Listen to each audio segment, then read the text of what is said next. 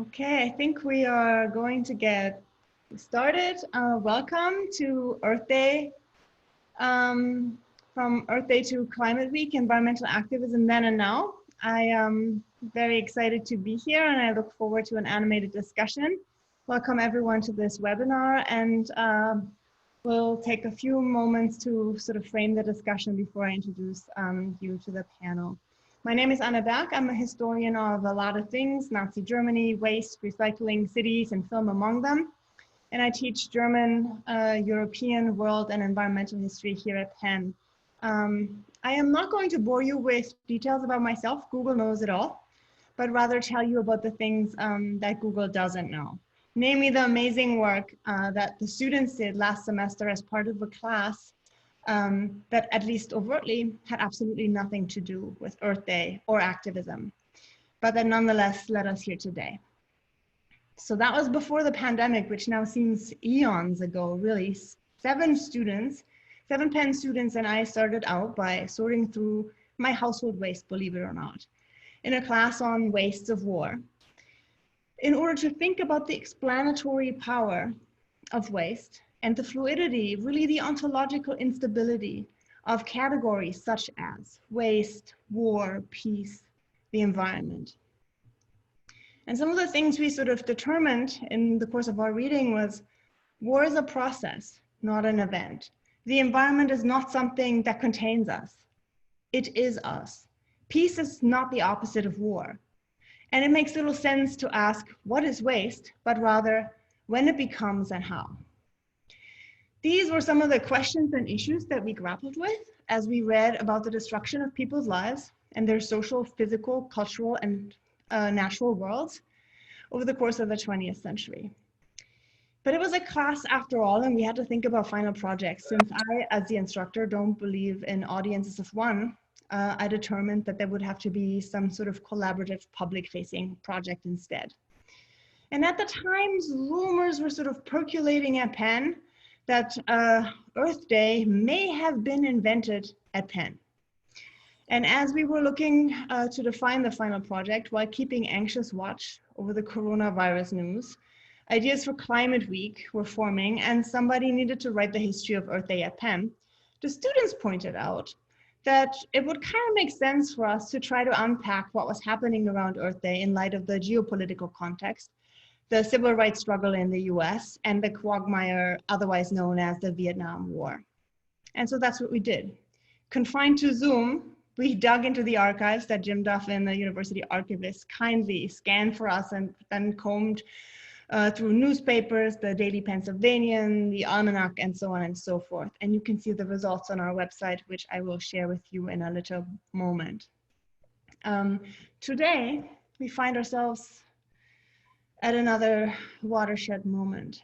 As we learned today, the killers of Breonna Taylor won't be called to account. The pandemic still rages. Uprisings against policing and rebellions for Black lives continue. The body politic is utterly divided. A descent into fascism seems more acute than at the end of the 1960s. The climate apocalypse is impending. Given our own particular moment, what can Earth Day teach us? What can we learn about activism? How does activism for racial and environmental justice intersect or compete? Together, we will examine the legacy of Earth Day today and Earth Week, as was the case in Philly and in a few other places. We are joined today by Dorian Dale, one of the original Earth Day organizers, Ira Harkavy, whose activism focused on civil rights in the 60s and 70s, and actually still today, Amanpreet Singh, an organizer with Police Free Penn, Elsa Weaves-Potter, an organizer with Fossil Free Penn, Leo Guerin and Eva Carlin, two of the student researchers. I will ask the panelists first to briefly introduce themselves, and then we'll have some questions for each of them, and hopefully a discussion amongst the panelists, and later on we will open it up for questions. So I would like to start by asking Ira to please take a moment to introduce himself. Sure, thanks. And I want to say how pleased I am to be part of this important conversation today, to be with students at Penn, and to also be with you and to be with Dorian Dale, who he and I were in college at the same time. So it's a pleasure to have a reunion while having this conversation. I'm Ira Harkavy. He, him, his is how I go by in pronouns. I am currently the founding director of the Barbara and Edward Netter Center for Community Partnerships. The Netter Center is designed to create mutually beneficial democratic partnerships involving Penn and West Philadelphia to simultaneously improve the quality of life and education in West Philadelphia and also at the University of Pennsylvania. Its focus is, in fact, on bringing together the range of academic resources primarily, but other resources to make a profound difference in the learning of Penn students and the research of Penn faculty and the improvement of the quality of life, as I indicated, in education of our neighbors. We do that through academically based community service, which is a form of problem-solving service learning. We do it through creating university-assisted community schools, schools as hubs of neighborhood, and try to engage Penn as a democratic anchor institution working with its community. And it's a pleasure to be part of this conversation. Thank you. Thank you so much, Ira. Wonderful. Dorian, would you want to go next? I'm told I have to start with the him, his, so there you go. And I should also add that even though I graduated Penn in 1972, my son graduated just a couple of years ago in 2018, and his major was in Earth and Environmental Sciences. And it gave me the opportunity to get back to the campus on occasion, sometimes sleep on the couch in my son's exceedingly messy apartment. And you know, get the whole zeitgeist of where Penn is today to some degree, at least. I'm currently the Director of Sustainability and Chief Recovery Officer for Suffolk County, which is the easternmost county on Long Island, population of 1.5 million. And I am principally responsible for developing policy and then implementing it, which is always the much heavier lift in any of this. It requires a lot of boots on the ground, a lot of frontline exchanges with all variety and sundry of people who are opposing the things that you're trying to do. But I think we've managed to do some significant things. I am considered by quite a few people the originator or the original theorizer of property assessed clean energy, which is a formula for making energy efficiency affordable. It's been used nationwide. It has in itself been met with various kinds of obstructions along the way. But just to leave you with this elemental thought and then pass the baton on, building stock in this country is estimated to be responsible for 40% of our carbon footprint. We have 30, 40-year-old technology that can reduce energy waste. And I know Professor Berg is an expert on waste, so that I think is particularly important. So just think about that. You can put tens of thousands of people to work, save millions of homeowners, all sorts of money, and reduce the carbon footprint in this country by megatons. In effect, you could, if you did this in a very concerted way, reduce the carbon footprint of this country by 10%. It is the single most significant way to address the climate issues that we are facing in this world. We will clearly have to have a conversation after this panel is over. That is fascinating. Manpreet, do you want to go next? Yes. Hi, everyone. Thanks for coming. It's nice that you guys did conferences. It's so nice out. I use she, her pronouns, and as Anne said, I'm with Police Free Penn. For me, that mostly kind of means, like, how do we understand a world without police, without these systems of oppression, not necessarily just that institution, but the military, jails, the prison industrial complex. And how do we understand abolition as environmental justice, and how do those intersect? And then I also do a little bit of work with the Student Labor Action Project, so understanding how environmental justice is abolition and is labor rights. Yeah, short and sweet. Great, thank you so much. Elsa. Hi, yeah, my name is Elsa. I use she, her pronouns. I'm also a member of Police Free Penn, but my primary work is as a coordinator for Fossil Free Penn. So we're a student-led activist organization with our primary demands being that Penn divest all of its direct and indirect investments from the fossil fuel industry and all systems of destruction for profit, that they reinvest those funds and additional funds into community-based and just clean solutions. And then that they are and continue to be accountable to the Penn and West Philadelphia communities. They also pay reparations for the harm that's already been caused. So yeah, excited to be on this panel with all of you for this discussion. Thanks for having us, Anna. Thank you so much, Elsa. Eva. Hi, I'm Eva. I use she, her pronouns. I'm a history major. I'm particularly interested in labor history and political ecology, which is how I first got involved in the History of Earth Week project. On this project, I mostly focused on the history of waste in Philadelphia and how Philadelphia's treatment of waste, especially physical waste and water quality, intersected with the demands of Earth Week activists in 1970. Oh, fantastic. Leo. Hi, my name is Leo. Along with Eva, I am one of the Earth Day project researchers, and I also study history. I originally was primarily interested in histories of war more from a sort of diplomatic perspective, but actually through the class with Anna, became more interested in environmental and cultural histories of war. Great. Thank you all so much. This is going to be a fantastic discussion. So maybe we should just dive right in and get to the point, like what was Earth Day? And I would really think it would be great for Leo and Eva to sort of report a little bit on the work that they have done, summarize some of the findings that you and your classmates unearthed around Earth Day, and then we'll have the eyewitnesses correct the record, add details, and start us off with, you know, the wonderful opportunity of have your primary sources talk back at you. Okay, Leo, do you want to take it? Sure, I can start, yeah. So for the Earth Day project, the research project, we sort of started off looking at this almost popular memory legend myth of Earth Day, where it's really seen as this sort of event that unified people all across America in 1970 at a time when the nation was sort of rife with chaos and conflict, sort of uniting people under this common sense that we all have a shared earth and a shared humanity and a shared space. So that was sort of the point that we were starting with.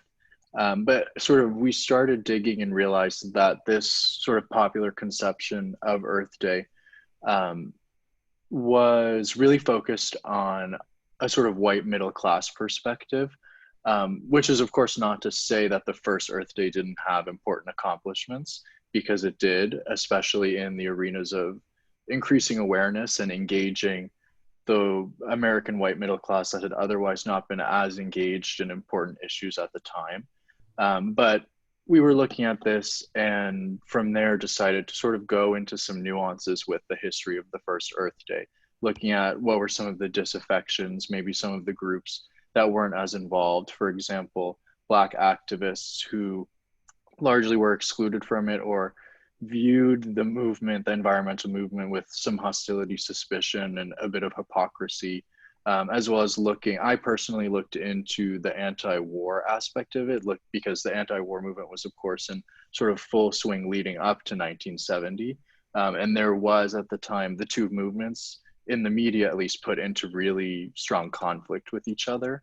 So I was looking into that at Penn, how the Student Mobilization Committee for the war in Vietnam was interacting with the first Earth Day, how those movements were intersecting or not intersecting. And what we found was, or what I found with that was, that while the first Earth Day really helped to increase the environmental consciousness of anti-war activists, it wasn't exactly the other way around. So the first Earth Day didn't take so much concern with issues of war. And I think what we were really thinking about was that the movement at the time and at Penn was very focused on being palatable and popular, which is a very important thing, but in doing so left out some things. And I'll turn it over to Eva. Great. That was very thorough. I think to that I would just add that yeah, this project gave us an excellent way to reflect upon and re-examine Earth Week, especially in light of changing demands of environmental activists. This project, I think, offered an opportunity to study the antecedents of modern environmentalism and understand why increasingly environmental activists are calling for abolition and anti-capitalism in addition to strictly ecological or environmental concerns. Yeah, and to Leo's point, many students on this project researched the civil rights movement and how it intersected with Earth Week, excuse me, the anti-war movement and its kind of the ways in which it butted heads with the original Earth Week. So, yeah, through the university archives, we were able to unearth a lot of this history. Okay, great. Thank you so much. Dorian, I think since you were one of the main organizers, you should have the floor next. Well, I have to share with you, and I think this is correct, can be corroborated by Professor Berg. I read through everything that you wrote very thoroughly. And I will confess that I wasn't exactly imbued with a warm and fuzzy feeling about a lot of what was covered. But first, let me just get into the context by sharing with you my trajectory into my position with Earth Week in 1970. Just at around my 15th birthday, I went on my first anti-war march. It was an emergency rally in Vietnam, on Vietnam. It was held at Madison Square Garden in April 1965. And it was spearheaded by Coretta Scott King, Dr. King's wife. Norman Thomas, the perennial socialist candidate for president, was another participant, as was Senator Wayne Morse, who was one of only 2 senators to vote against the Tonkin Bay Resolution, which LBJ used as his blank check to expand the conflict in Indochina. I subsequently worked as a summer intern in 1968 for that same Wayne Morse, and also worked on the presidential campaign of Senator Eugene McCarthy, whose efforts actually dislodged LBJ from the White House. And subsequent to that, in my, I guess, really second year at Penn, leading up to Earth Week, I was one of the Philadelphia marshals for the large March on Washington, anti-war March on Washington in November of 1969. So I would suggest that my anti-war bona fides are quite substantial.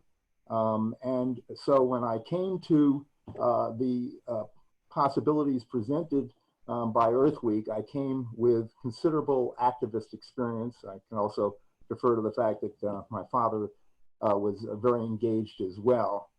And yes, the Earth Week movement was largely white, middle class, but so was the anti-war movement, and so was the feminist movement. And the civil rights movement actually went through a schism because Dr. King was a man who was interested in reaching out to all communities. He was also concerned about the war and its impact and the fact that it disproportionately drew and killed more Black Americans than anybody else. But obviously in the wake of the events of '68 with the assassinations, with the riots in the cities, there was a new mood and temperament. And it had already been evolving with Malcolm X, with Stokely Carmichael, who I think assumed a different name later on, and with Muhammad Ali. So when you suggest that the Earth Week movement was not, did not effectively reach out to the Black community, I think the principal factor was the Black community itself. The Black activists were disinterested in any engagement. They rightfully, in their mind, felt that it would drain energy away from the kind of work that they were doing. Ira Harkavy will be, I think, in an even better position to reflect upon those kinds of dichotomies that existed on the Penn campus at that point in time. So I'll leave it at that and pass the baton. Can I follow up with one brief question? Maybe you can just start backtracking a little bit to sort of talk about your own personal motivation of why you got interested in organizing for Earth Week, and what the sort of the primary concerns were of your collaborators before we get into the nitty gritty of, you know, how the various activists related to one another, which obviously is a very complicated question, but I think it'd be great to understand a little bit more about what sort of drove you personally, what the issues were that called out to you most specifically, and how you had imagined that, you know, Earth Day, Earth Week would address those. Look, I was born in New York City. I grew up in New York City. I'd walk along the Hudson River and it was an open sewer with feces and condoms and everything just floating and stinking like all get up and go. The city, like many other cities at that point in time, you know, there's a saying, if you can't see the air, you can't trust it. It was that thick and that polluted. So in very just existential terms, as I think your generation now faces, with the prospects of global warming. And I don't like to use the word climate change because it is a nebulous term, far more nebulous, I might suggest, than pollution, which I believe was taken to task in your report. And so, you know, it was really evident. And, you know, it was interesting when you watch, if you've gone through the footage from the CBS news coverage during the course of Earth Week, because they did have a particular focus on what was going on at the University of Pennsylvania. You'll note that the Black activists that they did speak with articulated exactly why they were loath to become involved. And part of the explanation was by the gentleman speaking, listen, I don't know what's happening to any trouts in any streams anywhere. You start talking about rats and sewers and now we've got something to talk about. I think the change that has really occurred over the last, 50 years is that people clearly recognize that the most negatively impacted community, from pollution, is in fact the African American community and other communities that are economically challenged. So I think the awareness has really come to the African American community, which it really didn't see at that point in time in 1970, when frankly, the issues of environmental impacts were significantly more severe than they are in many respects today. So that's how I came to Earth Day. And by the way, I just wanted to show everybody that I'm wearing one of the original Earth Day buttons here, because I was the guy who had to go out and get 20,000 of these actually printed up and ready for the, the big, rallies at Independence Mall and out in Fairmount Park. So I'm sorry, Professor Berg, you had a well, I was just saying, we're gonna get to hack out precisely what the positionalities were of the various activists, and I'll let I'll probably chime in at some point because I won't be able to contain myself, but I will try to let the students feel this. But Ira, maybe you can from your perspective add what your understanding was of Earth Day, Earth Week as it occurred, whether or not you were involved, what the perspective was of the people that you were organizing with, and kind of give us your contemporary view of what was going on and what the stakes were. Thank you very much. And, just as a way of beginning background, I also come from similar background that Dorian does. I was an activist before coming to the University of Pennsylvania. I worked on Mississippi Freedom Summer petitions in Bedford-Stuyvesant, marched in early 1964, mobilizations. I'm a native New Yorker, as you can probably tell from my accent, from the Bronx. And when I was in college, I was one of the leaders of the student movement, anti-Vietnam, I also was one of the leaders of the anti-racism movement, although we didn't use that term then. It was around human rights and the idea of, in fact, struggles of the Black community, where I played roles of heading various organizations on campus. And just as to note, when Dorian mentioned, I was chair of the canvassing committee for Eugene McCarthy in Philadelphia. So among many other things, I was very engaged. When Earth Day happened, I first of all want to say it did have a very pronounced effect at Penn, but I think among the activists who I worked with, there was division. The division were those who were became somewhat engaged, not maybe deeply, because their primary focus was Vietnam and issues of the treatment of African Americans and Penn's treatment of the Black community of West Philadelphia. This has been and I had led the demonstration in 1969 that focused on that question. And I'm sure Dorian participated. It was a mass demonstration, peaceful, nonviolent, and held up differently from any of the other demonstrations in the country from in its whole approach to these issues of struggle. We also had very, very close ties with the African American community. I began working with them as a sophomore, and that's one reason the Netter Center exists, because the members of our board are still, many of them, even more senior activists than I, who I learned from, who were activists then, who worked with us during that period. So my position and the position of many of us, I think of two types. And one was, it was a nice thing, but we were so tied up on issues of the war and of racism that was our focus. And I had no opposition. Some of, quote, my best friends were very active in Earth Day, but that was not a focal point of my activism. But I knew it was having a big impact at Penn, saw it having those impacts. In fact, as Dorian knows, I wrote a colleague to tell them, please look, it did have big impacts at Penn.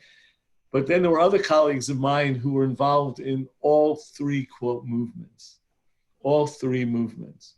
But I think it would be fair to say that Environmental and Earth Week was not as connected to at least some components of the anti-Vietnam movement and the anti-racism movement where there were more close connections. But it was also true that Earth Week was new. It was a new development. And I can say without question that it began to open my eyes. This was not an issue I cared about. I did not focus on that issue. But Earth Week did change my orientation to see it as important.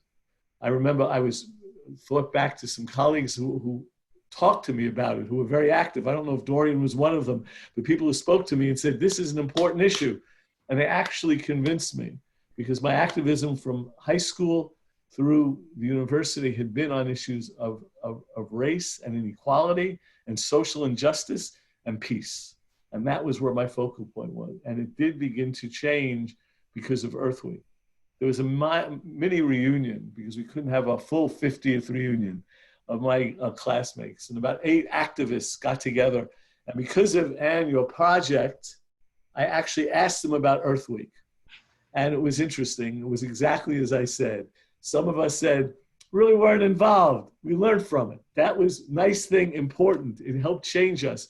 To others who were involved.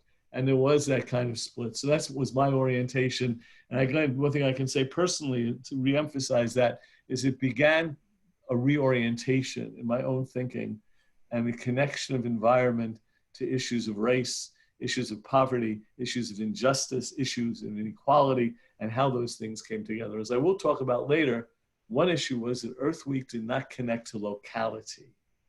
It was not dealing with the issues of locality in West Philadelphia, which many of activists were deeply concerned with. That was not a primary focus, which was a focus for many of us, along with issues of Vietnam and racism in general. Great, thank you so much. Maybe Elsa and Amanpreet, you can just kind of jump in and say, because you didn't work on the project, you didn't obviously live through the time, right? But maybe what are some of the things that ring familiar, and like what is the sort of popular history of Earth Day that you have like ready for recall prior to joining this panel?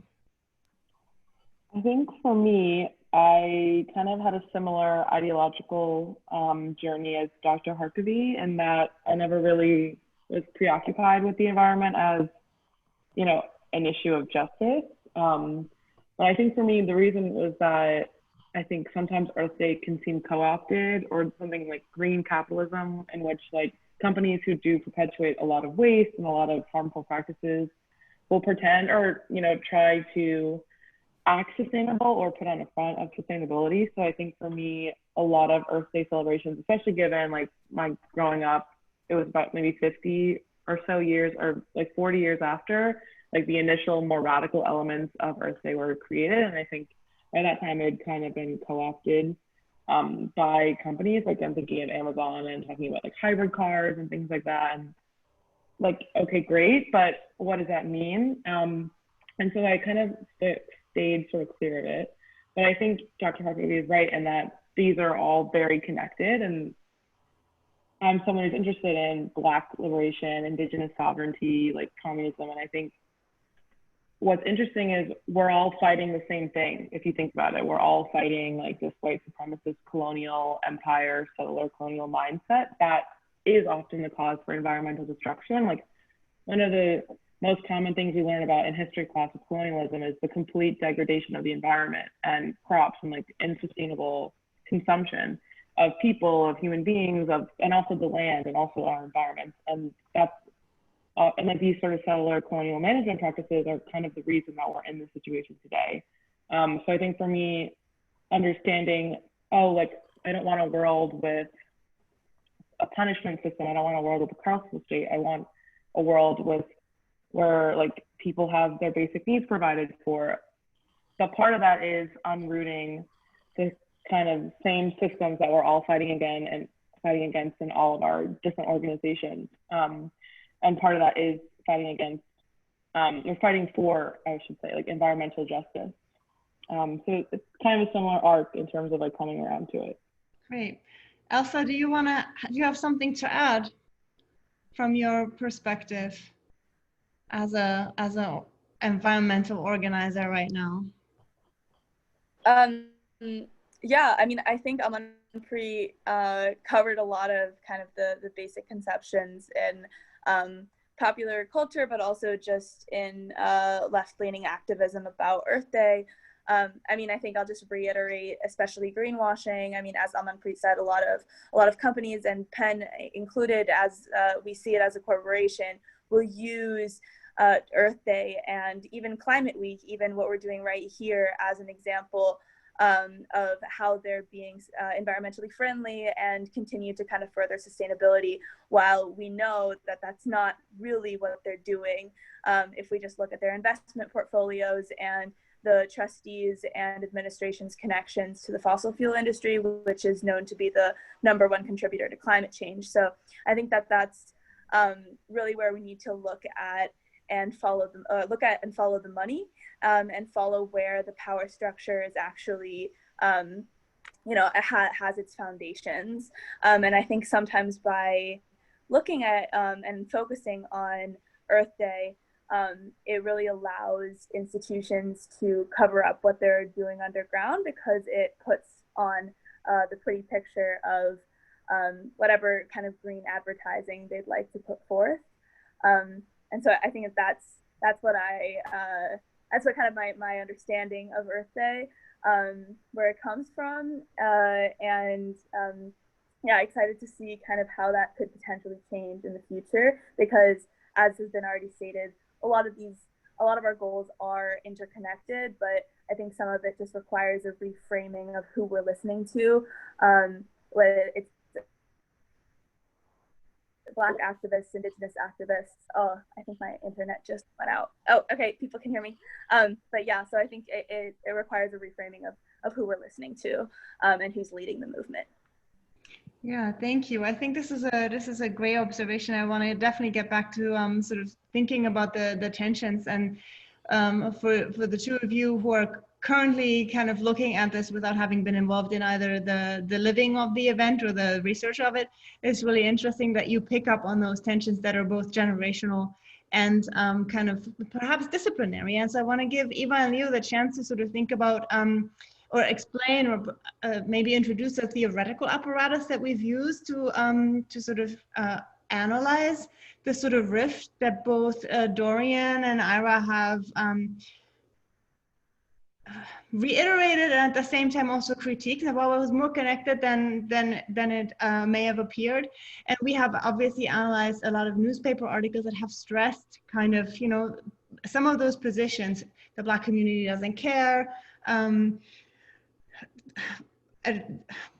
Earth Day activists are more peaceful. So we've obviously done some additional secondary source reading, and maybe you guys want to explain a little bit about the theoretical framework that informed your analysis.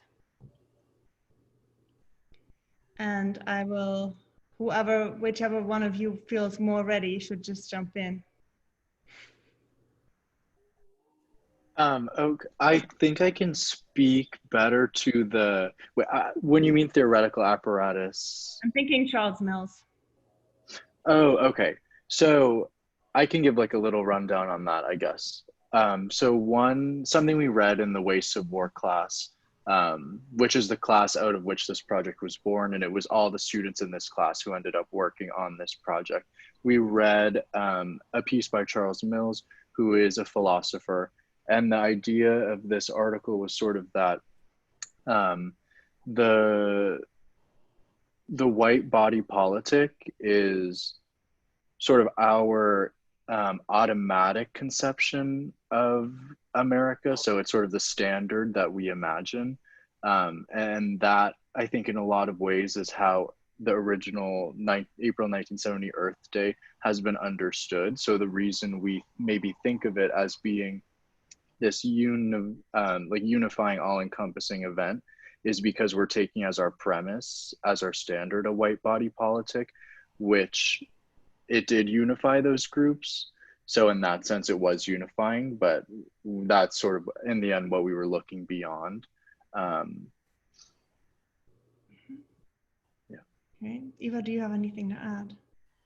Or any other responses to what the panelists have said? Obviously, I think this should be. I think I would just concur with the fact that our research has been critical of Earth Week, and I think that part of this has been due to, in light of the climate crisis, and I would call it the climate crisis, in light of current activism on campus, what Earth Week did not address, and what Earth Week activists in 1970 took into consideration. For example, one of the tabs on kind of the money and economic interests, I guess you could say, of Earth Week in 1970, you know, were Earth Week activists willing to collaborate with local business and industry interests, or were they opposed to those sort of collaborations? So I definitely concur with Leo on the kind of ideological framework of both our class and also our research. And I think this kind of critical nature of the research kind of sprung out of our wondering, you know, what was considered and what was not. Does that make sense? Yeah, that's great. So, I mean, I'm happy to open it up for more discussion on the sort of fragmentation between the various activist groups, which I think is an important thing to consider. It's an important issue to consider, particularly in light of the lessons that we might want to learn, but perhaps we can bracket that and use it as a transition. And can I just make one comment before we leave this? I think, just as someone who is not as deeply involved in Earth Week, I can say that, you know, if one looks critically, and I think historically, at the anti-war movement and at the struggles for equality that occurred in the 60s, we made a range of mistakes also, and they varied, and some were analytical, many of them were in action, and one cannot deny that these were massively important movements, and I think that they really reshaped in many ways American society for the better, and in fact were returned toward issues of peace and equality as central questions that now are more pressing than ever. We'll get to that, I know, later. But I do want to say that you have to look at the context, not just the context, but also the political frameworks and issues that occurred. You can't deny that in the 60s, one of the most destructive forces were ultra-left radicals who, through their behaviors of violence and other behaviors, helped to minimize the justice of our cause. And one of the real struggles is not just about the issue of what you stand for, it's how do you bring it about. And I was deeply engaged in activist movements and as I indicated, and one of the real concerns is how you stand for the right things and take a position that is convincing of other individuals. And I think that one thing that the PEN movement did was we tried to do that, which was why we were relatively more successful. And I think one thing I'd say in Earth Week, and I would put this as an accomplishment, is that although I think there could have been stronger stances, as I indicated, in ties to other groups, there really did have an orientation that asked others to join. And that becomes a crucial thing for movements, asking others to join. You stand for the right things. You stand for social justice. You stand for equality. You stand against issues of racism. Then that's the right thing to stand for, and you have an inclusive approach. And again, I think things could have been better integrated, but I think at the same time, activities that occurred in Earth Week did have a sense of asking others to be part of it. And I think the best parts of the anti-war and of the Black liberation movements did exactly that, called on others because of what we stood for was the right thing, and what we were opposed to were the worst aspects of society. And I think that's a very important stance for activists in general. Great. I mean, I do think what I was going to say is that this particular conversation, I think, will lead nicely into the segue to, what can we learn? So we'll want to spend a moment to sort of think about the sort of logistics. Like, what was PEN's role? What were some of the organizational issues that you encountered at the time? From the people involved, such as Paul Ehrlich to McCark, and also, the casting of some of the participants at Earth Week, and then, what was the role of the PEN administration, so that we can maybe think about, are there some parallels or dramatic differences to the role of PEN administration today, given the struggles of current activists. And that will then lead us to sort of thinking about some of the strategies, some of the different perspectives. Who leads a movement? How do you open it up? What is inclusivity? And we can kind of get to that after tackling the sort of role of the institution itself. And perhaps Ira, since you know the institution inside out, you want to kick us off with that. And then I would really like to hear from Dorian, like, what were the sort of organizational hurdles and also maybe exhilarating opportunities to work with both, other activists, scholars, musicians, and so on and so forth. So I think, as you indicate, Dorian would know infinitely better than I about the PEN's issues of that time related to who is doing what, and Ian McCarg's role and other people's roles. I would not know that. I don't know if your question to me was about PEN's position on environment then, and yes. As far as I knew, and Dorian will know this better than I don't think it had a position on the environment then. But they may have. PEN is an institution. I don't think it did. I think one thing I want to turn to that is crucial to some of the movements of the 60s that do relate to the activities today is the work I did as an undergraduate were all outside the institution. That is, it was the issue of pushing against the institution and also pushing against the curriculum of the institution that did not reflect these ideas, and this idea of learning to improve the world is central. It was elitist, much of the education, highly formed along an idea of a Platonic ideal of, in fact, abstract contemplation with no connection to the real world. Our whole curriculum was oriented, most of it. I was very fortunate to have other faculty who I learned from and eventually worked with. What most of the orientation of the institution was precisely not to engage this work in the heart of the university. And I'm going to say this very directly. If you're interested in real change, you have to look at change, not just of positions of trustees and positions of presidents, but positions of faculty. What are people teaching? What is their work focused on? Are we focusing on issues to turn our work to the needs of the people of West Philadelphia? If you want to look seriously at social change and the difference today that's occurred throughout the country and in PEN, but more has to occur, is I look back to the struggles, and Penn has moved tremendously since the late 60s, when it was destroying neighborhoods. And now it's changed significantly, tremendously. But what still is a struggle and has been movement is to get Penn to devote its core resources, its intellectual resources of students, faculty, and staff on the core problems of our time. After COVID-19 and after the murders that have occurred of African Americans, that one can just trace from going on and the numbers. And we have an example today of what happened with Breonna Taylor in terms of the not pursuing the police officers. After those events, after Black Lives Matter, and after the absolutely extreme cascading catastrophe, as the Times wrote about today, of climate change in the United States, after seeing these things, it cannot be business as usual. And we need to devote much more of those resources to making a focus on social justice, on issues of equity, on issues of fairness, anti-racism, and changing the climate so it's a decent place for all people to live. To do that means that Penn has changed, in my judgment, tremendously from the struggles that I was part of, in a much better way. But now all of us, there is no turning back.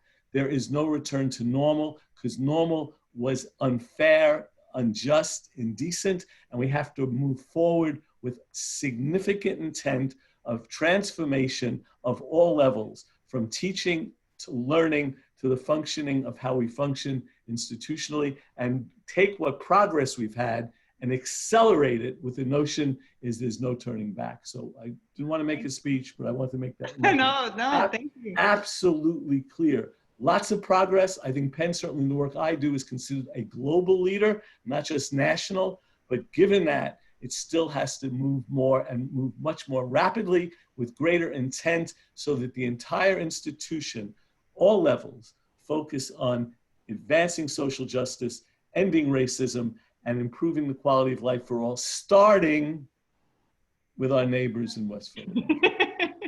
Great. Maybe, Doreen, you can take us back to what it was like then. And what was Penn's role? What was your relationship with the various activists, presenters? First of all, before I go back, I would like to get a dose of Ira's passion. My goodness. Just enthralled. And so I feel actually rather inadequate just even following up what Ira has just articulated. Look, as an institution, Penn was, as Ira will testify, pretty conservative.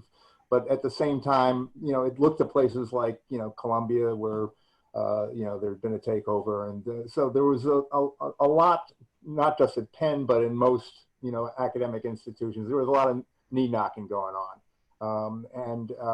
So their posture relative to the impending Earth Week initiative was pretty much standoff. I mean, there were a couple of examples of recalcitrance, but they were pretty much overcome. But really, a lot of this was saddling on to Ian McHarg, who remains really, a giant in the field of landscape architecture and habitat diversity and all these, concerns that we are still very much focused on at this point in time. His intellect and reputation was such, and I think he wasn't given enough credit in your evaluation, to be honest with you, was so global that he was able to attract towering figures to participate in Earth Week, and realize that many of the satellite events that occurred at other universities were populated by figures that came here because of Ian McHarg. And so know that, Ian McHarg wrote a book that, if you haven't seen it, is called Design with Nature. And it's a seminal work. It's actually been reconstituted by a couple of professors at the School of Design at this point in time, Steiner and not Welliver, something with a W.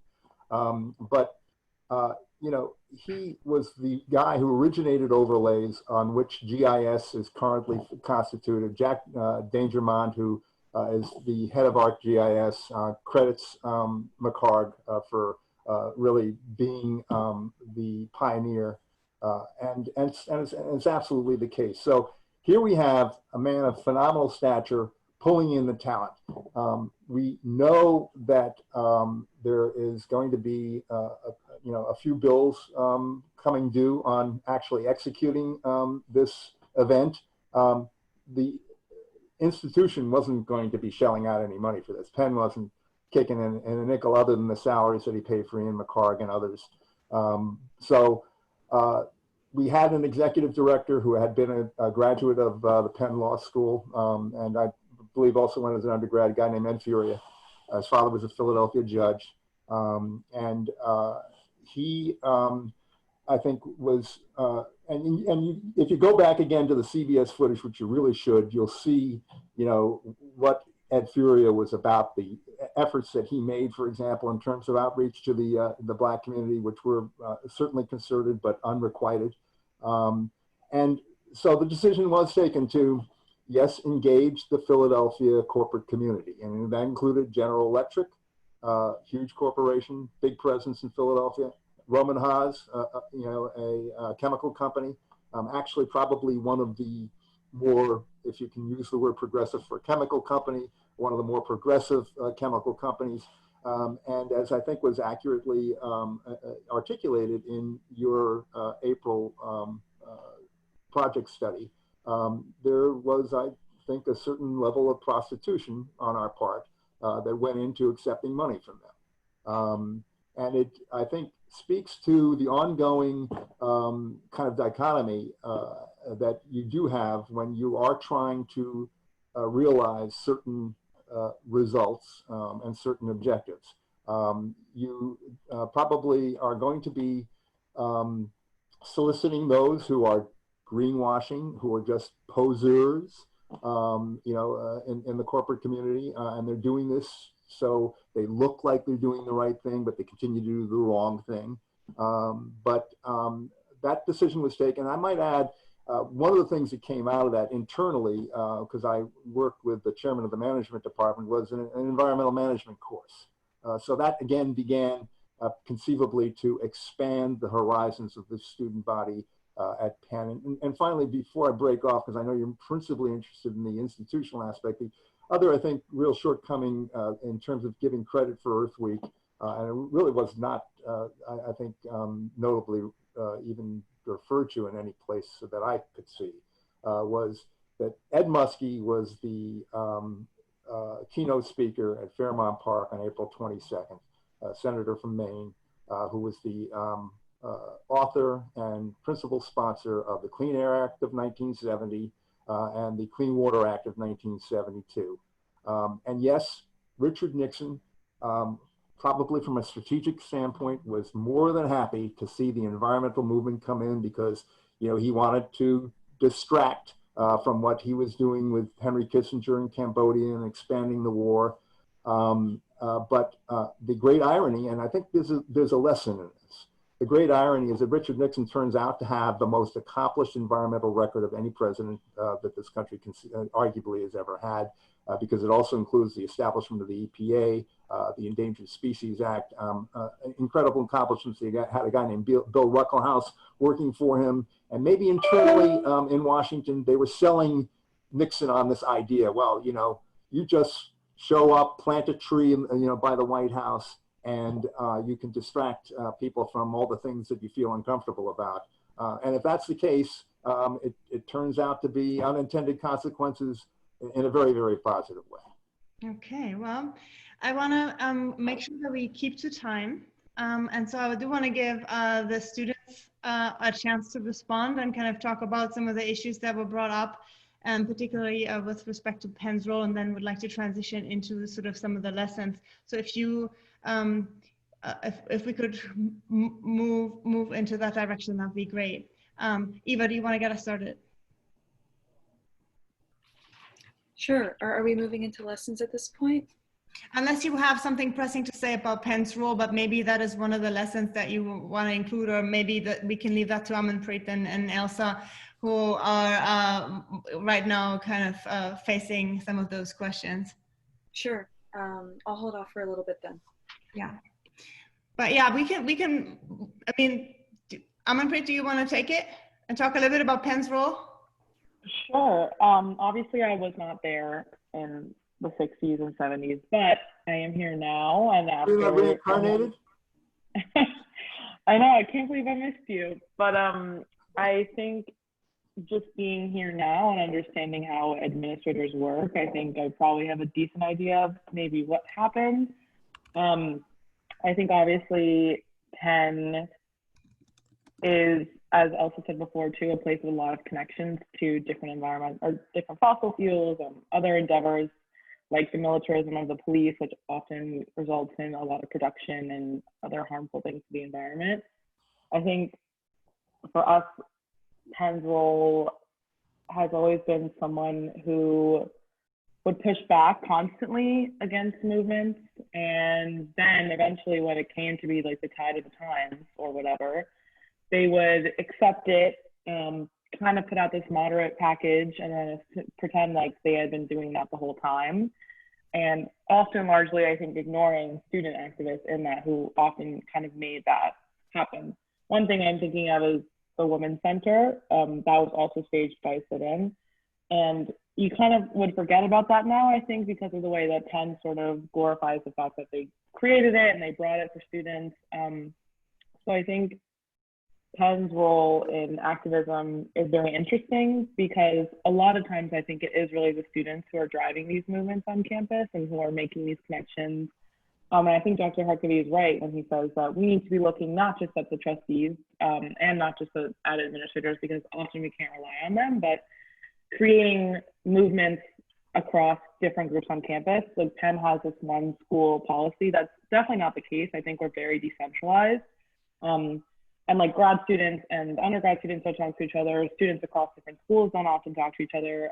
One thing I really love about Police Free Penn is just the incredible coalition of different types of students. Like there's a lot of undergrads there from different schools. There's people from nursing school, the med school, SC2, like faculty. I think that's really what makes a movement successful, and that really is what makes a movement stay together in the face of pressure from Penn admin. And I'm not saying obviously that admin are like, you know, evil, but I think a lot of times they're very hesitant for change, and you are going to be the ones that bring that about. And I think that's what we're also learning today. That's probably what we learned in the 60s and 70s. Like, who did that, right? Like, it really wasn't the people leading.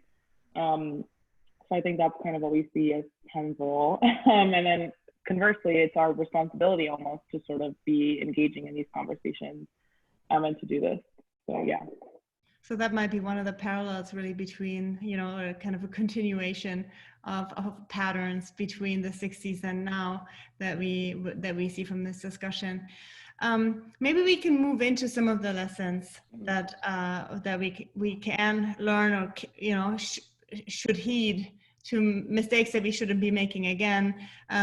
And obviously, if either of the panelists have questions for others, I would also invite you to pose those. I think we should, you know, not allow me to drive too much of the conversation for the remaining session, but really allow you guys to kind of take it where you want it to go. And if we can, you know, read visual cues and you just jump in and it's a little bit awkward for the audience, I apologize for that, but I really think it's important that the students also get to say what they need to say and to ask the questions that they need to ask, and same for our veteran activists to have that opportunity as well. Okay, Eva, up to you.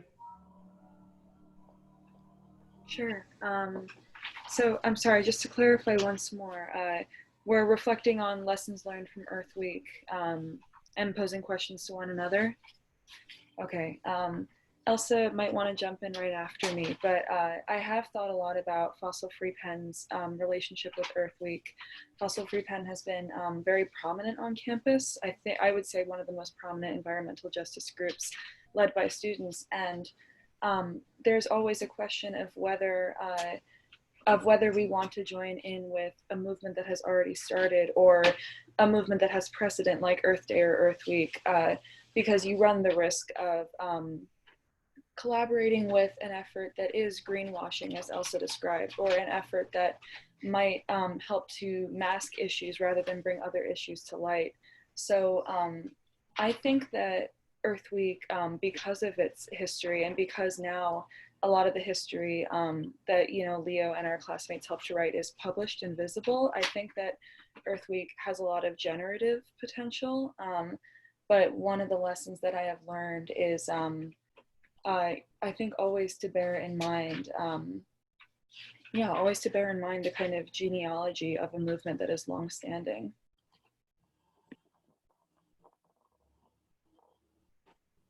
Yeah, I think I'll just jump in here real quick after Eva and Pri and build off some of the things that they've said. Because I think a lot of what Fossil Free Penn as an organization and Police Free Penn, also the kind of the operating system that we're working with is that we can't really use the university's tools to fight the university.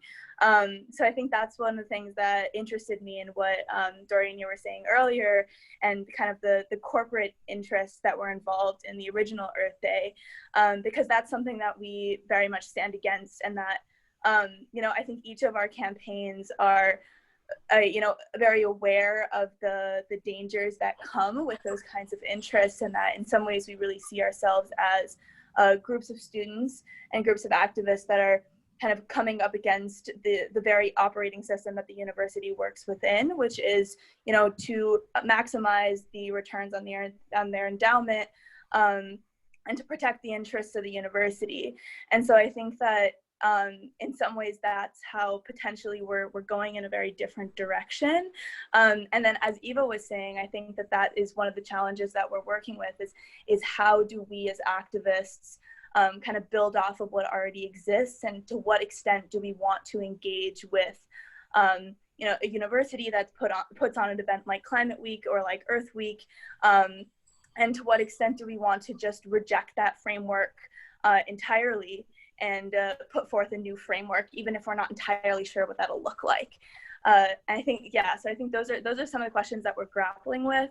But from I think our perspective, that's one of the key changes that we're looking for, and especially kind of how we see our role is challenging the university fundamentally.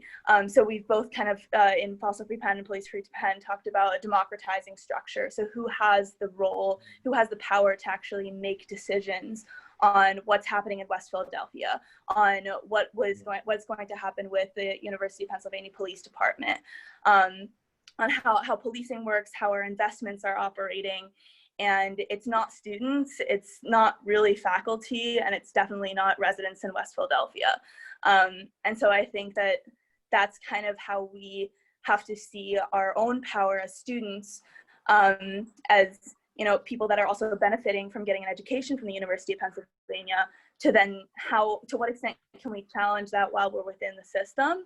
And I think part of that is that we are seeing a broader dismantling of the entire operating structure of the university, that in our view needs to have a more democratized power structure in the first place, that gives power to students, that recognizes student power, and that also really sees itself as, you know, an operating power in West Philadelphia and the community more broadly, that has a responsibility to those residents, and not just a responsibility to the paychecks of the trustees or the size of the endowment. Great, thank you very much. Go ahead, Amma. To add to that, I was just going to say, I think something important to think about also is urgency and the method with which you operate. There's someone asking the Q&A, in what universe is Penn a democratic institution? And I agree, like, really, in what universe is it? I think the point is, a lot of times these conversations have often been tried to be brought up to admin. Like, I think no one is against working with admin, but the point is, what does working with admin really get you? A lot of times it's just platitudes and like random committees. Like right now there's a Quattrone hearing on defunding not defunding, we don't even know what'll happen, on the Penn Police, and we're hearing statements and people are putting in all this effort, and it feels like a very, like a very performative effort to address deep-seated issues. The problem is, I think what happens with Penn is there's this cycle where there's an issue, students are upset and angry, then they'll turn to this direct action, they'll turn to outside the system because of this buildup of anger. And then Penn will try to pull them back by offering, you know, I don't even want to say reform, because what is really changing? Like the repackaging of the situation. And now we're coming into where the movement has died down, the momentum has died down, because the sect of people who don't believe in this are now viewed as like more radical, and like the more moderate, perhaps, population of campus is appeased with this repackaging. And then the cycle continues. So it's basically just, you know, we keep going through this again and again. And these issues really have been going on for decades. Like, we're all sitting here, and like, really, what has fundamentally has Penn changed about about its environmental connections? So I think what we're bringing up is the importance of understanding that, like, the environment is an incredibly urgent issue. Like, we can't wait for things to be changed, not on our terms. Like, we see the calculator that, you know, that's 7 years. There's it's one of the information they can go, but like, there's this calculator about like how, I mean, that there's going to be irreparable, and like, we're not going to be able to return from the damage that will be done in 7 years. And it's literally counting down, like, you can see it, you know what I mean? And because of this urgency of the environment, and honestly, all these calls for justice, you can't wait around and like wait for something to happen. You need to be the one to organize and to march and to create community among each other. And I think that's really a lesson that should be learned, is that like, we can't leave this up to anyone else, because it needs to be addressed, right? And if you let them do it, they'll just wait around forever. Yeah, I just wanted to mention, like, the urgency is such a critical part, especially of environmental justice, given, like, if you think about it, almost every other issue we care about, like, will it even matter if there's no planet to exist on? And what are the things that are going to happen when the planet becomes inhabitable? I see Ira wants to jump in. Go ahead. Yeah, so first of all, I think there are a number of points I'd like to make. The first one is that, and this is separate from the Penn student movement, one of the most hopeful things that are being seen today is the development of student movements in Penn, but outside of Penn. The Black Lives Matter movement represents a tremendous development of, first of all, of whites and blacks working together. That happened in the 60s, but as was indicated, it happened less than it's happening now. And the issue of the change issue, I'll give a simple historical statement. Change is complicated. So it's also a question of, how do you bring about change? And how you bring about change depends on whether you take a position that is difficult to reach, or you take a position in which you build coalitions and bring about change through that process. Historically, over time, it's clear that Penn has changed dramatically from a period when it was in every framework of its treatments of the community, behaving in such a way that it was moving residents out. It was creating conflict of an extraordinary extent. It created a marginal line between Penn and West Philadelphia. And the issue of Penn's behavior in those areas, in 1,000 different ways I could point to. The issue of democratic change is central. Universities were founded, and certainly Penn was founded, to develop citizens. And the whole notion was, the purpose of learning for Franklin was to educate young people with an inclination and ability to serve. The purpose of the land-grant colleges and universities were to advance democracy. In my judgment, that is a goal that has to be achieved. Not that Penn functions democratically, there's no institution that does, but just like America has failed to reach its founding promise of a fair, equal, just society for its citizens, what Dr. King pointed out repeatedly, the fact of hypocrisy and the failure to achieve those goals, that is also the struggle with the university. Right. The struggle, not just with Penn, but with other universities around the world where we work, actually, is precisely the issue of, how do you achieve what your promised goal is? And holding up those values and having students hold up those values is one of the most powerful means, I think, of bringing about social change. Holding them up, and they are inclusive, they're just, they're fair, and not, in fact, dismissing and saying change hasn't occurred. If you look at the environment change, in today's New York Times, there's a front page story where there is a recognition that we are an environmental catastrophe now, cascading catastrophe. I can tell you it's partly the real world events, but it's also because of movements that help generate that understanding. Activism, not just of scientists. If you talk about Penn's relation to West Philadelphia, I'm working with the Netter Center, and its work is decided by working with community members who wouldn't stand for a project if it were not democratically done. And if I even indicate the change of faculty, when I was a student, there were no classes that would focus on social change in its environment. At least now we have about 75 a year. Wow, that's great. Change. So I just want to make my last point about this, that it's a long march, it's a long process, but I do agree completely that given the current environmental catastrophe and what's happened in issues of race and issues of COVID-19 and what it's revealed, that we all have to step up in ways of tremendous activity and in fact do much more in a much more accelerated way than we've ever done before. Right.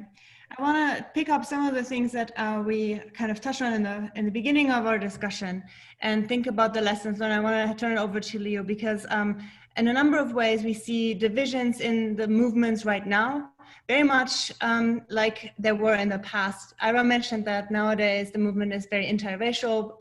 We touched upon the sort of rift between white activists and black activists in the 60s, but nonetheless the movement today also risks the danger of, you know, fragmenting in various ways, like who is radical enough, what is the kind of way in which to move forward. And so maybe Leo, you can put a little bit into context the divisions at the time that we researched, and then I would like the panel to respond to the sort of dangers for divisions and rifts and breakages in alliances right now. Okay. Go ahead, Leo. Yeah, so I think it could be helpful for if I were to maybe give some context on, because as Dorian mentioned, the Earth Day Committee in April 1970 reached out to Black activists and was asking them to participate in it. But as Dorian said, they refused that offer. I think it could be useful maybe to contextualize why that happened and sort of explain where this division was coming from, and then maybe others could think about it in terms of the present day and do some comparisons. But so basically in the 60s, and I think Dr. Harkavy could probably also speak to this, but the Redevelopment Authority and the West Philadelphia Corporation basically was seeing this area between like 34th and 39th Street around Palatine Avenue as a slum, and a lot of the language sort of used to describe that problem. Sorry, there's like police sirens. I don't know if people can hear that. But a lot of the language used to describe that problem was sort of in an environmental sense. So the slums were treated as an environmental problem encroaching on Penn's campus. And it was that sort of language that was used in many cases to justify the removal of the predominantly Black community that was living in that area. And so when it came time for April 1970 and Earth Day, I think a lot of that suspicion for Earth Day as being something that was cleaning things up, when all that language of removal had been couched in these environmental terms, was something that seemed very similar. And so I think the Black activists were very concerned that it was going to become something like that, that this was code for further removal of Black communities in West Philadelphia to make way for Penn, to clear these like environmental slums, to make way for Penn. So I hope that gave some context. Great. Eva, do you have anything to add from along those lines? Or shall we do? Good. That was a great point. I'll think about it, but yeah.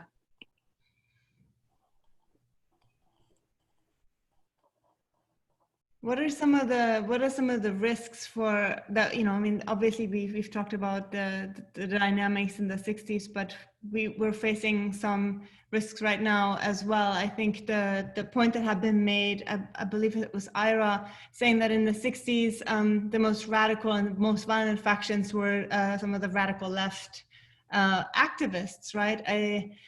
I would venture that Hugh P. Newton would differ quite dramatically from that perspective and say that actually some of the most radical activists, or some of those radical violence came from the side of the police. And maybe Amanpreet, you want to respond from Police Free Penn's perspective as to some of the sort of divisions that we see today, you know, with respect to what means violence depending on who enacts it. Yeah, I think one thing we should also be thinking about is what is the definition of violence, and understanding that there's something we can call reactionary violence and radical violence. And I think what we think of, I honestly think one of a great example of maybe something similar are like the George Floyd protests. Even in terms of framing, like, do we call them riots? Are we calling this a revolution? And I think often that'll tell you what the person believes about the action. And I think a lot of people who have been criticized for participating and contributing to what is considered violent protests, but I don't think what people understand is that the destruction of property can never and will never be the same as the destruction of human life, which is honestly a practice that police do almost every day with, you know, the killings of Breonna Taylor, like other countless Black people. And I think, what do we understand as violence and what is state sanctioned violence? A lot of times, like, we don't think of the police as quote unquote violent because we're taught to believe that this is the state, this is how the state operates.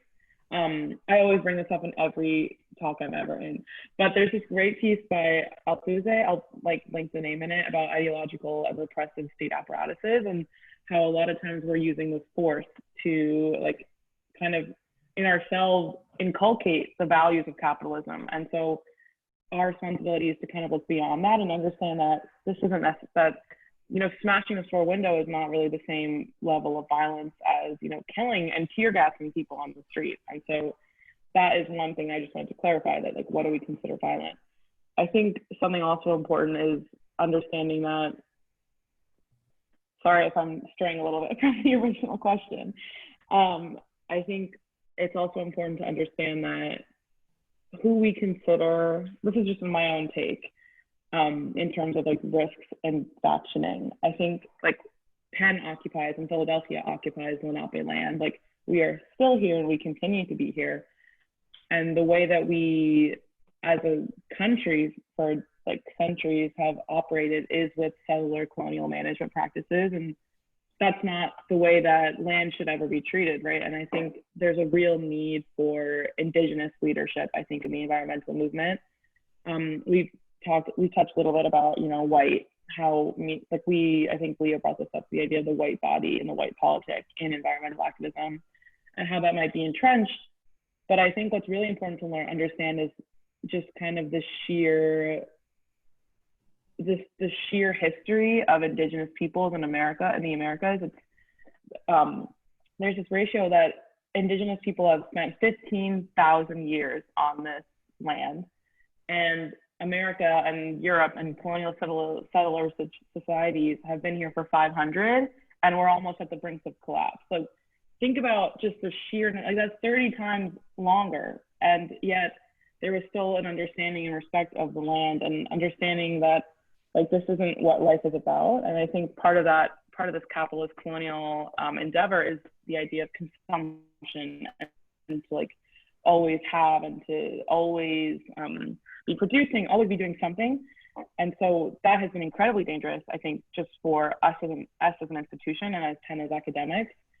A lot of times, even our own personal, you know, politic with ourselves is to be overexerting ourselves. So I think, to circle way back, because I know I'm getting a little out there, I think what I just wanted to say is that there is such value and truth in the way that indigenous people have treated their land for centuries. And that is something that we need to be seeking to emulate. And that's something that I personally believe that environmental activism has the largest stake in returning stewardship to indigenous populations, to the Lenape people, specifically here at Penn. And I think, you know, I think what's wrong, what historically has been, you know, hard with that is that we don't even have a recognition that these people still exist. And I think a lot of times we view our crimes against, and we view the genocide of Native American like people in the past. And I think this is a really important, not to be a history, I'm not even a history major, but it's an important historical moment to understand that they do still exist, they do still practice, they still are here. And I think honestly, like, it's not their responsibility to save us, but listening to them and learning from them is something that is crucial to, I think, every environmental activist on campus and in the world, I think. We talked a lot about, you know, how do we frame our conversations, and also how are we proceed, what are the methods with which we're proceeding. In our environmental activism, we don't want to be perpetuating the same ideologies that have harmed other groups. We don't want to be perpetuating racism or gendered violence or any other thing. And since they're all connected, like, true environmental justice will only come when you eradicate those things from your own systems and from your own groups and practices. So internally, we have to decenter whiteness. Internally, we need to do that, but we also need to do that in our groups. We also need to do that in the way that we operate as an organization. And I think I'm just thinking about also just the support that Native American students don't get at Penn, and the fact that, like, they barely have a department, they barely have faculty, they barely have an existence. And yet, like, what isn't part of that activism also ensuring that there's ethnic studies, that there's places for them to share their cultural practices and knowledges and have those spaces. So I think, sorry to go off, but I think there's just so much to consider with risks, and in terms of solidarity, what does that really mean, and like with who and how. Yeah.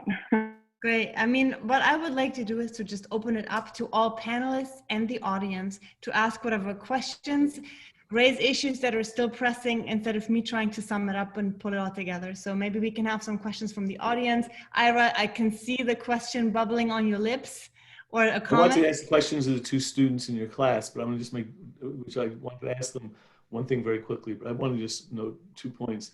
And what I was thinking of wasn't Huey Newton. I was thinking of SDS Weatherman.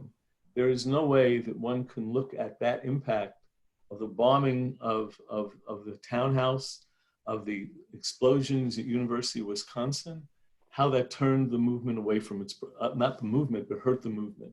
And simultaneously, even with the aggressions that occur, the question is whether one's actions help build a movement or weaken it. And one thing I can say on issues of police, look at the change from when Dorian and I were students, and now Black Lives Matter.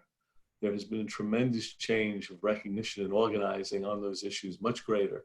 And I think that one has to look at, again, what actions build a movement and what lose it. And then the other side of the issue of never hiding the principles and values.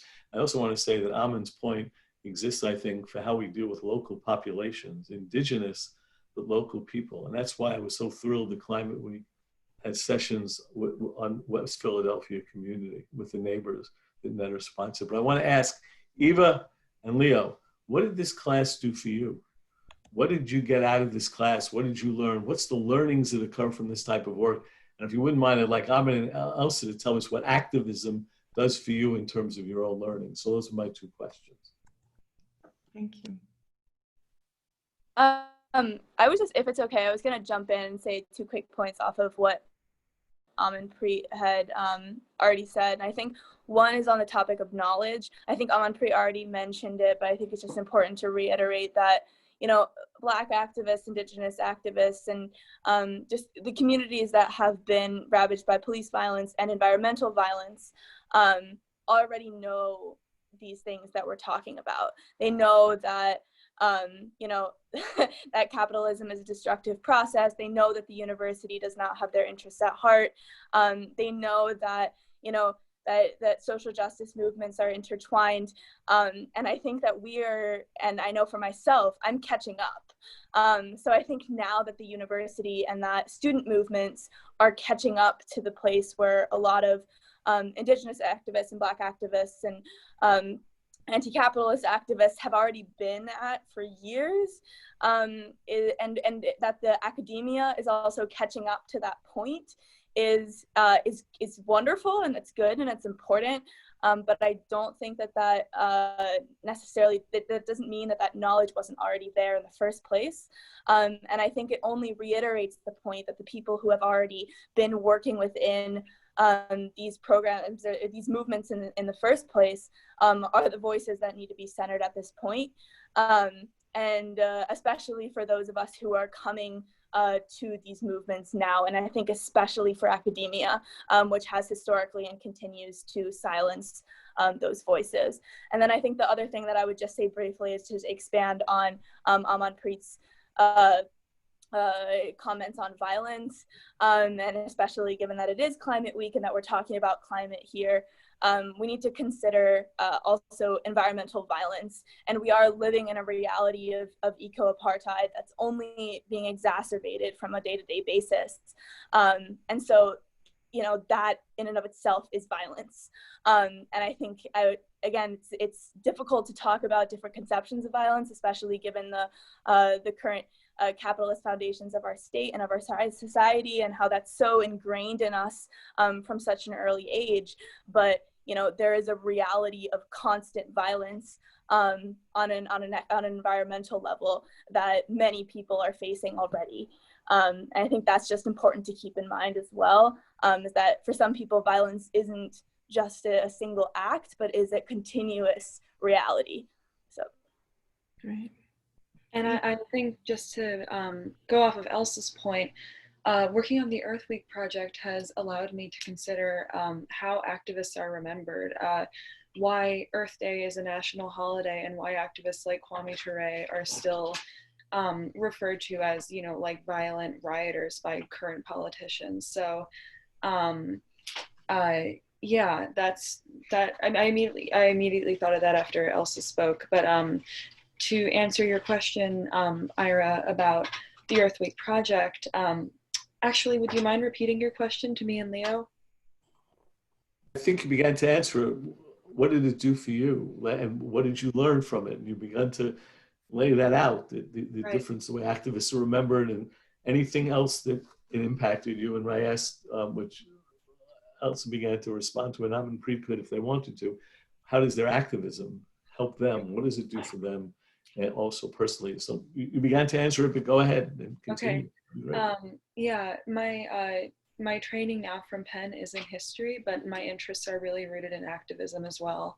And yeah, I've really appreciated this opportunity to dig into primary material about, you know, historical activism, and be able to reflect on current practice and activism today. So I think that's my takeaway mainly.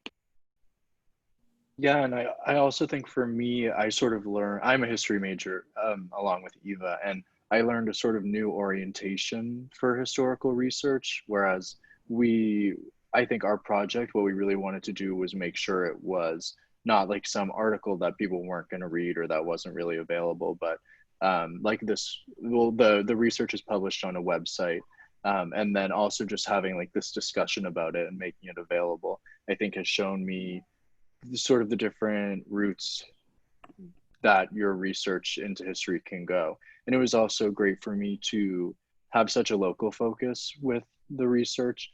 I typically focus my classes in Europe, France, and Germany, but I really enjoyed the opportunity to do research into the place that I'm living right now and understand myself living in the historical trajectory of what's been happening here. You could have thrown me under the bus a little bit, at least, you know. I'm afraid then, Elsa, do you want to respond to Ira's question as well? Yeah, I think for me, I think what activism teaches you, this is going to sound so cheesy, you have to be so humble entering this work. I think a lot of us, I think especially growing up in an individualistic society, think that these things are going to be solved by like one hero of the movement. And even the way we remember history, it's always one person, like it was Martin Luther King Jr. for the civil rights movement. That is not how anything gets done. It is such a collective process, and you really have to just check yourself and like leave your ego or whatever at the door, because it's not about you. It's about something so much bigger than you and something so much bigger than anyone in your group. You know what I mean? And I think I even hesitate to say the word activism, because I think that campus activism, especially itself, is something that is very circular and insular in the Penn community. And I think one problem with that is like we have no awareness, or like just no, you know, it's very superficial feeling sometimes. And I think, you know, we graduate in 4 years, and what has really happened to the group. And I think that is the nature of campus organizing. I'm not trying to, you know, change the world, the wheel here, but I think what it does help you with is understanding that like you can't go into this work trying to be a hero, I guess. You need to go into this work understanding that you're just a helper. You're just here to help people who know what they're doing. You're here to put in the work of actually making a better place. And honestly, I think really what it means is you start with yourself. And that means that you're kind of decolonizing yourself, and you're putting in the work to understand and read different narratives, and like I also was saying, quote unquote, catching up, especially if that's not something you've ever had to experience before, because you already, I don't know, like I think a lot of us in college are reading a lot of theory, and that's great. I even mentioned opposite, like, you know, like I did that too, but this is people's material world and people's material reality, and that's something that always needs to be respected. Like their comfort and safety and privacy and is a priority. I think a lot of times we'll even misuse the people in our groups in order to like become famous, or in order to be like, oh, our action was so great, or we had so much attendance at this, you know, like we had so much attendance at this sit-in or whatever. But that's not what it's about. It's not about DP articles. And I think activism teaches you that, like, if anything is going to get through this, it is a collectivist thought. It is like a movement building. It is sustainability within the movement itself. And part of that is always kind of self-critiquing and like willing to grow and willing to like have your ego bruised, if that makes sense. Like, I think a lot of us get upset when we're like, oh no, I know this. Like, I don't know why this person is like calling me out, but like call outs are love. Like people care enough about you to want to change the way you're acting, to want to educate you more. And like, that's an honor. So I think the point is that like, it's so much learning and quote unquote unlearning, which is really going around Instagram a lot. So I don't want to like buy into that narrative, but it is really a lot of work on yourself in order to be someone who can work on something so much bigger than yourself. And I think that's really the thing that organizing teaches you, is that it's not going to be just you. And there's so many people behind Martin Luther King Jr. who worked on civil rights, and their names will never be remembered. And honestly, I don't think they would have cared. You know, I think they would have cared, like, what is the world going to be like in 3 years, like 5 years, 10 years, 20 years, you know? Yeah. Right, and look at us now. Yeah. I want to let Elsa respond, and then Dorian. Absolutely, I see you. I want to ask a question as well. Oh, Elsa, go ahead. You had something to say.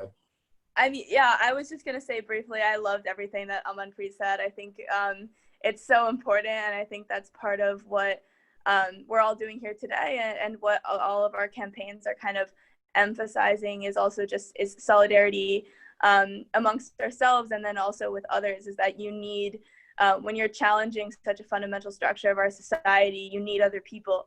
You need other people to hold you up, and then you need to be there for others. And I think that's what's really wonderful and beautiful about these movements right now, is that, you know, community is being emphasized. And yeah, and I think the other thing that I would just reemphasize of what Amanpreet was saying is that it is a constant process of checking yourself, of learning more, of humbling yourself, of realizing that in the context of all the other activists and all the other learning that's going on, there's still so much to do and so much to learn, and that, you know, just again trying to decenter yourself in what you're doing. And it's also if you go into activism with a hero mentality, even if it's not about yourself, but just a believing that there is ever an individual that brings about a change, that's really dangerous, because it actually is what allows kind of these outside forces to wait out a movement, because then the hero never comes. And then that way, by believing in kind of the sustainability of these movements, and that it's about passing it on to the next generation, and continuing it, and that's how you sustain the movement more broadly. And I think that's how change ends up being enacted. So yeah, I'm excited to see what's to come, and I'm gonna keep working. Thank you. I'm gonna let Dorian ask this question. Absolutely.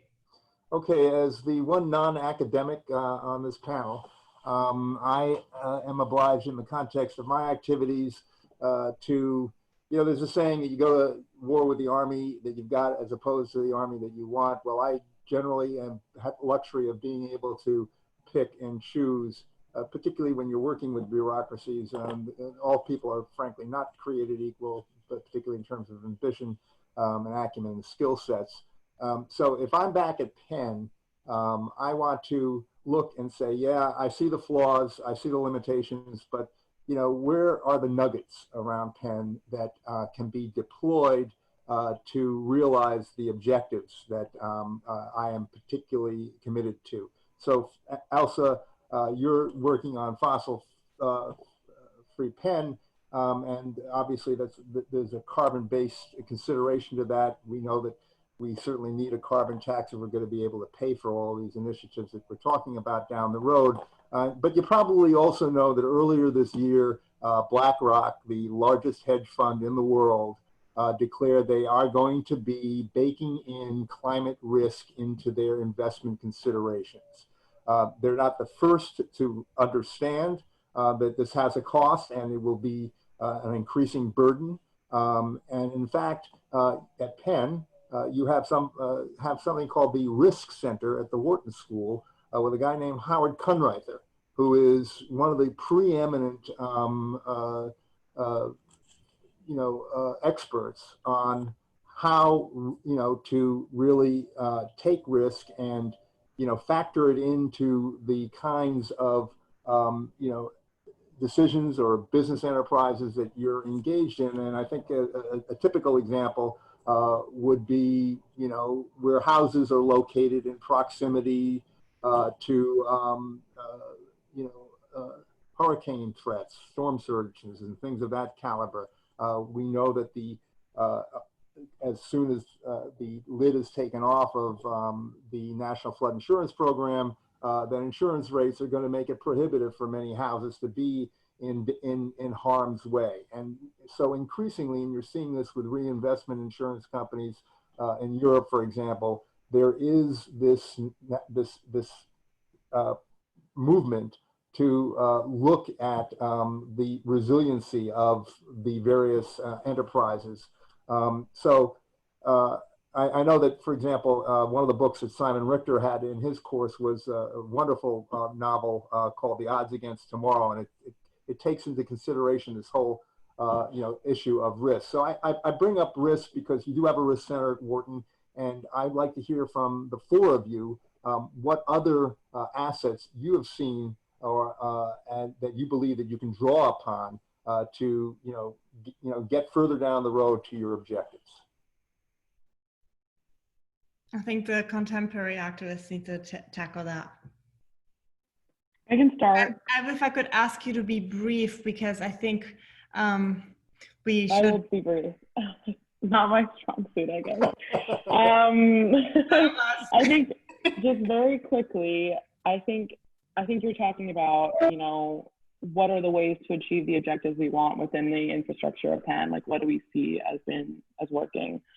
For me, actually, I think the strongest indicator, and I think honestly is something we saw a lot with the Earth Day movements at Penn, in the 60s and 70s, is you need to mobilize the quote unquote, moderate people of Penn. So we do have all these great groups who care about this, who are doing the work, who are researching. But the problem is that it's like specifically relegated to that group, right? Like, I think what really is powerful is when you're able to convince large sects of Penn, like, this is something we need to care about. This is something we all should be mobilizing for. And like, I think when Penn sees that there's so much investment and so much concern about this issue, like, they have to address it, because right now Penn does not need to address anything because no one cares and no one's listening or looking. But if we put in the work to make it the issue that people need to care about, if we continue to put pressure, if we continue to have more and more people put this on their high priority list, that is something that can be really powerful. And I think is the beauty of student or activism, in the sense that students have so much institutional leverage and institutional power that Penn is beholden to us.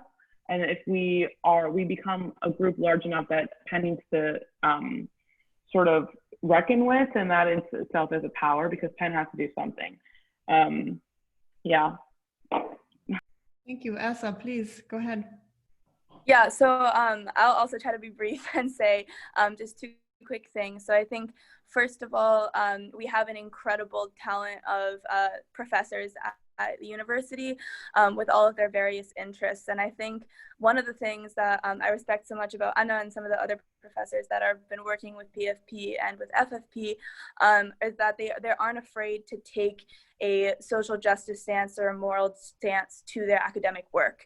And I think that's very important in academia more broadly, is that, you know, research is not objective.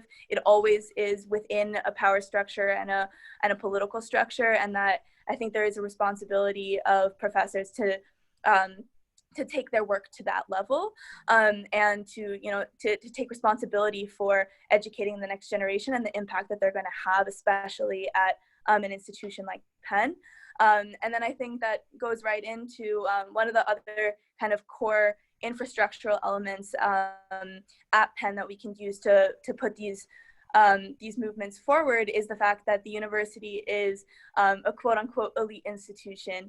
It is, you know, it has a $14.7 billion endowment. It's internationally recognized. It's really a global influence. And I think that that's one of our assets as student organizers. It's problematic in the broader sense of that, whether the university should at all exist as, you know, as that type of an institution.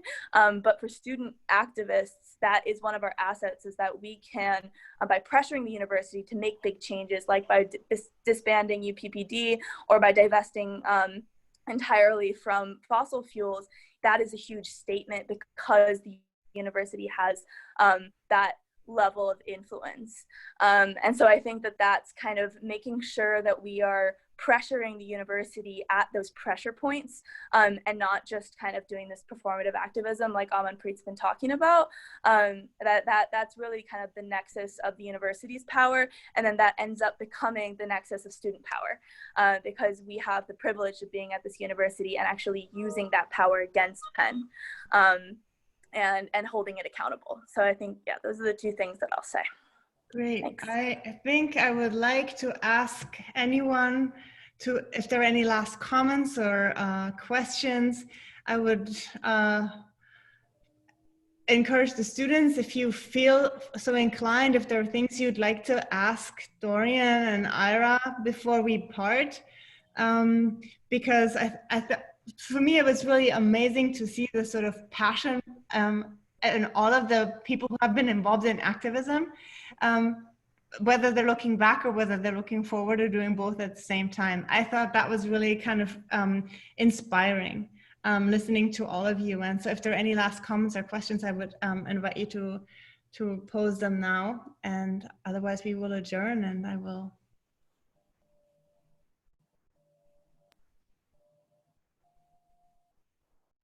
And then there comes silence. I have one question for Dorian. Dorian, since I asked this as a student, so what happened? You were an Earth Day activist. How did that affect your life after Earth Day? Was there any impact on that work and what you are and became and did? Well, I think that, and I'd use this term for the entire panel, I think there's a point at which you have to activate your activism. Mm-hmm. So you have to find channels through which to actually,